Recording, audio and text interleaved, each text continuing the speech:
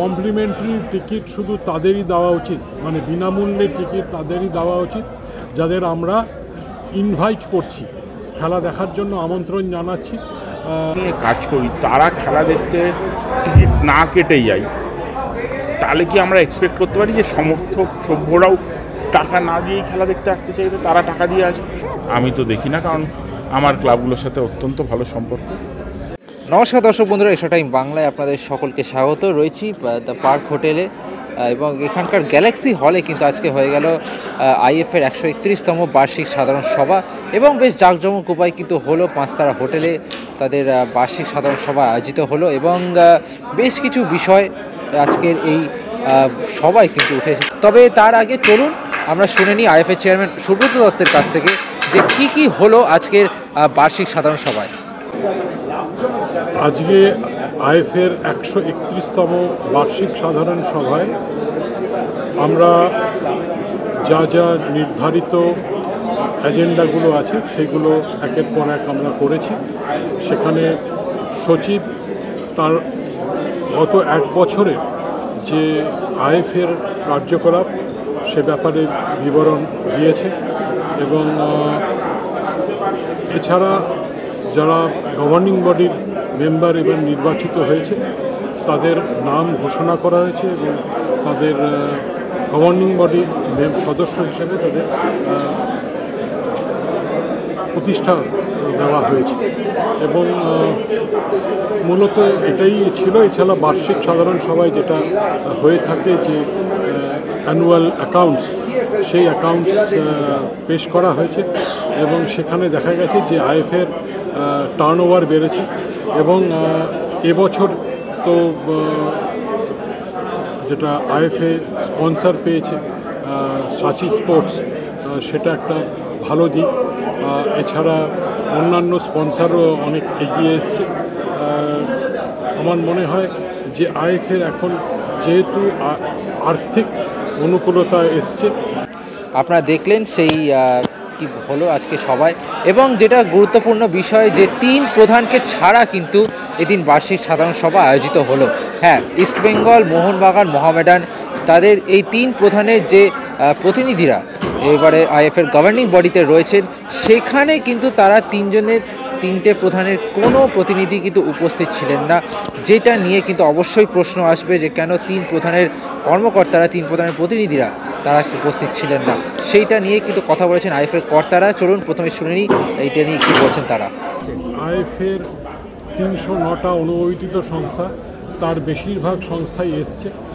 তার মধ্যে তিন প্রধান যাদের মোহনবাগান, ইস্টবেঙ্গল, মোহামেডান স্পোর্টিং, তাদের প্রতিনিধি আজকে অনুপস্থিত ছিল, কিন্তু কোনো কারণবশত যে অনুপস্থিত ছিল তা নয়, তারা এমনি আসেনি, কিন্তু বেশিরভাগ সংস্থাই এসছে। প্রধান দলের প্রতিনিধি ওদের এক তো ডুরান্ট চলছে, 2 নম্বর হলো ওনাদের রিসেন্টলি মোহনবাগান ডে গেল, আগামীকাল ইস্টবেঙ্গল ডে আছে, তো ওনারা এগুলো নিয়ে বিভিন্ন কাজে ব্যস্ত আছে। ইস্টবেঙ্গল, মোহনবাগান, মোহামেডান তিনজন মূলত আসে না, সেটা কিছু জানে না। তো আমার ধারণা ইস্টবেঙ্গলের আগামী দিন প্রোগ্রাম তাদের আসা সম্ভব না। মোহনবাগানের একদিন আগেই প্রোগ্রাম গেছে, সেই জন্য হয়তো তারা এত ব্যস্ততার মধ্যে ছিল, তারা আসতে পারেনি। মোহামেডানের প্রেসিডেন্ট আমাদের মেম্বার, কিন্তু উনি সচরাচর খুব বেশি আসেন না আইএফএতে, ওনারা নিজেদের কাজে ব্যস্ত থাকেন। এগুলো খুব বড় ক্লাব, এদের কর্মপরিধিটা অনেক বড় এবং অনেক কাজের চাপের মধ্যে থাকেন। কিন্তু আমি যখনই এই ক্লাবগুলোর কাছে সাহায্যের কথা বলেছি, তারা কিন্তু সবসময় আমাদের পাশে থেকেছে, সাহায্যের হাত বাড়িয়ে দিয়েছে। আমি তো দেখি না, কারণ আমার ক্লাবগুলোর সাথে অত্যন্ত ভালো সম্পর্ক এবং তারা সবসময় আইএফের পাশে থাকে। এদিকে আইএফএ একটা যেটা পুরনো সময় আমরা দেখে এসেছি, আইএফএ একটা ঘাটতির মধ্যে দিয়ে যাচ্ছিল, আর্থিক একটা অবনতির মধ্যে দিয়ে যাচ্ছে, সেখানে দাঁড়িয়ে কিন্তু তারা প্রভূত লাভ করেছে এবং 32 লাখ টাকা যে আর্থিক ঘাটতি ছিল সেটাতে কমে 18 লাখ টাকায় চলে এসেছে এবং আইএফের কর্তাদের বক্তব্য অনুযায়ী যদি আরএফডিএল সহ একাধিক জায়গার অর্থগুলো তারা যদি পেতেন, তাহলে কিন্তু এই ঘাটতি থেকে উন্নত হয়ে তারা কিন্তু লাভের মুখ দেখত এবং সেটা নিয়ে কথা বলেছেন আইএফএ কর্তারা। কি বলছেন তারা, চলুন সেটা শুনে নিই। আইএফএ এখন অনেক আর্থিক সচ্ছল, কারণ বেশ কয়েকটা স্পন্সর এগিয়ে এসছে, তার মধ্যে সাচি স্পোর্টস অন্যতম, যারা Kolkata football league, IFA shield, futsal বিভিন্ন টুর্নামেন্টের ব্যাপারে এগিয়ে এসছে আর্থিক সহযোগিতা করার জন্য। তো আমার মনে হয় ক্লাবদের যে টাকা পাওনা ছিল এত বছরে, সেগুলো সব ক্লাবদের টাকা পেমেন্ট করা হয়েছে আইএফএর তরফ থেকে। তো সুতরাং যদিও আইএফএ গত বছর কিছুটা টাকা লস করেছে, কিন্তু সেটা মেনলি অ্যাকাউন্টিং কারণে। আগামী বছর আমার ধারণা আইএফএ ভালো টাকা লাভ করবে। মানে যেটা 18 লক্ষ টাকা ঘাটতি, 18 লক্ষ টাকার আরও মধ্যে বেশি তাহলে ডবল ছিল। আর্থিক কমানো হয়, কমালো আইএফএ প্রায় অর্ধেক করে দিল, এবং সেটাও অ্যাকাউন্টিং কারণে, কারণ অনেক পাওনা দেখানো ছিল যেটা আসলে পাওনা ছিল না। পুরোটা কমে গিয়ে আমরা লাভে থাকতাম, মানে প্লাসে থাকবে। হ্যাঁ দেখো, এটা তো ব্যবসা নয়, এটা আমাদের খেলাধুলার একটা প্রতিষ্ঠান। সেখানে আমরা কত টাকা লস করলাম, কত টাকা লাভ করলাম, এটা লাভের কোনো জায়গা নয়, এটাকে মানে বলা যায় না। সংস্থার দিক থেকে সংস্থার দিক দিয়ে মানে একটা যদি ক্ষতি হয় তখন সত্যি কথা খুঁড়িয়ে খুঁড়িয়ে চলে। তো আমরা সেই জায়গায় একটা এক্সপ্লানেশন দিয়েছি, কারণ বইয়ে দেওয়া যাবে না।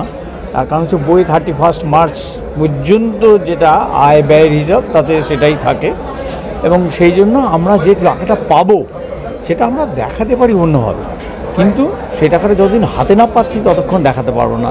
সেই জন্য ওটা লস, কিন্তু অ্যাকচুয়ালি লস নয়। সবচেয়ে বড় কথা যেটা অনেক টাকা টার্ন ওভার বেড়েছে, টার্ন ওভারটা প্রতিটা খেলায় খরচ বেড়েছে এবং খেলা বেড়েছে, এসবের জন্য টার্ন ওভারটা অনেক। সব শেষে মিটিংয়ের বাইরে একটা বিশেষ বিষয় নিয়ে আলোচনা হয়েছে, সেটা হলো কমপ্লিমেন্টারি টিকিট। গভর্নিং বডির বেশ কিছু সদস্য তারা কিন্তু কমপ্লিমেন্টারি টিকিট নিয়ে অভিযোগ জানায় যে তাদেরকে কম কমপ্লিমেন্টারি টিকিট দেওয়া হচ্ছে। যদিও আইএফএ সচিব অনির্বাণ দত্ত, আইএফএ সভাপতি অজিত বন্দ্যোপাধ্যায় এবং আইএফএ চেয়ারম্যান সুব্রত দত্ত, তাদের বক্তব্য অনুযায়ী কিন্তু কমপ্লিমেন্টারি টিকিটের বিষয়ে তারা কিন্তু নজর রাখবে এবং বিষয়টা তারা ক্ষতি দেবে। এবং অনেক জায়গায় এরকমও বিষয়টা উঠে এসেছে যে কমপ্লিমেন্টারি টিকিটের পরিবর্তে প্রাইস টিকিট যদি দেওয়া হয়, সেক্ষেত্রে আইএফএ অনেকটা লাভের মুখ দেখবে। কি বলছেন এটা নিয়ে আইএফএ কর্তারা, চলুন শুনে নিই। আমার মনে হয় কমপ্লিমেন্টারি টিকিট শুধু তাদেরই দেওয়া উচিত, মানে বিনামূল্যে টিকিট তাদেরই দেওয়া উচিত যাদের আমরা ইনভাইট করছি, খেলা দেখার জন্য আমন্ত্রণ জানাচ্ছি, শুধু তাদেরই। বাদবাকি যারা, তাদের কিন্তু আমাদের মানে প্রাইস টিকিট দেওয়া উচিত, মূল্যের টিকিট দেওয়া উচিত, এবং যারা ফুটবল প্রেমী তাদের প্রাইস টিকিটই কেনা উচিত ফুটবলকে সাপোর্ট করার জন্য, এবং আমার মনে হয় সেটাই কাম্য। এটা ইমপ্লিমেন্ট কবে থেকে হতে পারে? আস্তে আস্তে ইমপ্লিমেন্ট হচ্ছে। দেখুন, ক্লাবরাও কিন্তু যারা আইএসএল ক্লাব, তারাও যখন সংগঠন করছে, তারা কিন্তু বেশিরভাগ টিকিটই প্রাইস টিকিট রাখছে, কমপ্লিমেন্টারি সংখ্যা প্রচুর কমিয়ে এনেছে। আইএফএরও কমিয়ে আনা উচিত। শুধু যাদের ইনভাইট করছে আইএফএ, যাদের চাইছে যে আমন্ত্রণ জানিয়ে যাদের নিয়ে আসা উচিত, তাদের যেরকম প্রাক্তন খেলোয়াড়দের ইনভাইটি যারা, তাদের জন্য বিনামূল্যের টিকিট দেওয়া। এটা একটা পলিসি ডিসিশন আইএফএর নেওয়া উচিত।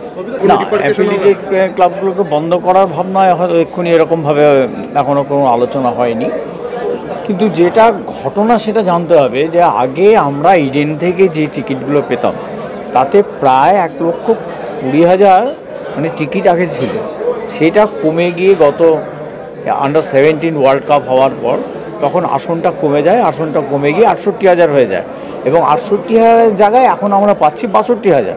এই 62,000 মধ্যে সরকারকে দিতে হয়, কিছু আমাদের অফিসিয়ালস যাদের সঙ্গে সবসময় কাজকর্ম করতে হয়, গভর্নমেন্ট অফিসিয়াল বা গভর্নমেন্ট অফিসে গিয়ে যাতায়াত করতে হয়, পুলিশ ইত্যাদি ইত্যাদি অনেক টিকিট দিতে হয়, ফলে টিকিটের সংখ্যাটা কমে যায়। এবার ধরো আমি যদি ম্যাক্সিমামটাই তার মধ্যে আমি আমার অফিস ক্লাব কর্তৃপক্ষকে বিলিয়ে দিই, তাহলে আইএফএ খেলাটা করতেও যে খরচাটা দেবো সেই খরচাটা উঠবে না। তো সেটা যাতে ওঠে তার ব্যবস্থা করতে গিয়ে যা যা করণীয় সব করতে হবে, এবং সেটা করব। এবার যেটা ওনার দাবি ছিল সেটা হলো কমপ্লিমেন্টারি টিকিট।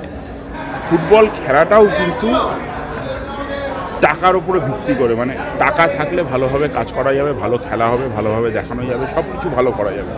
আর টাকা না থাকলে 8-5টা অর্গানাইজেশনের মতন আইএফএও কিন্তু দুস্থ হয়ে পড়বে। আমরা যদি অত্যাধিক ফ্রি টিকিট দিই সেক্ষেত্রে আইএফএর আর্থিক ক্ষতি হয়, সেটা কখনোই কাম্য না। যেটা আমাদের প্রেসিডেন্টও তখন মেনশন করছিলেন যে আগে ছিল 1,20,000 টিকিট, সেখান থেকে এখন টিকিট হয়ে গেছে 62,000।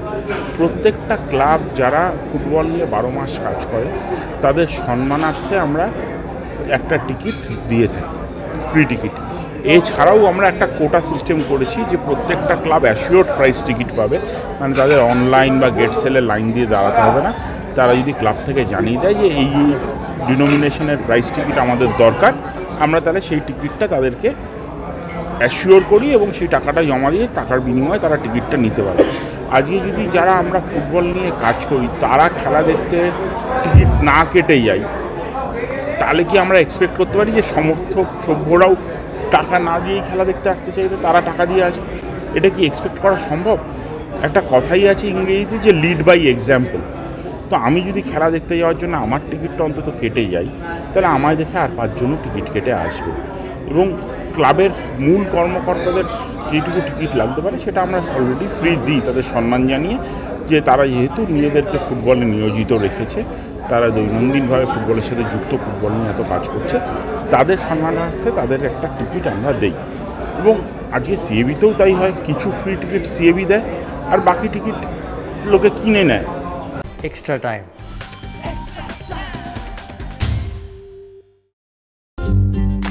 লেটেস্ট নিউজ আর এক্সক্লুসিভ ভিডিওর সঙ্গে আপডেট থাকতে এখনই সাবস্ক্রাইব করুন আমাদের ইউটিউব চ্যানেল। বেল আইকনে ক্লিক করতে ভুলবেন না যেন।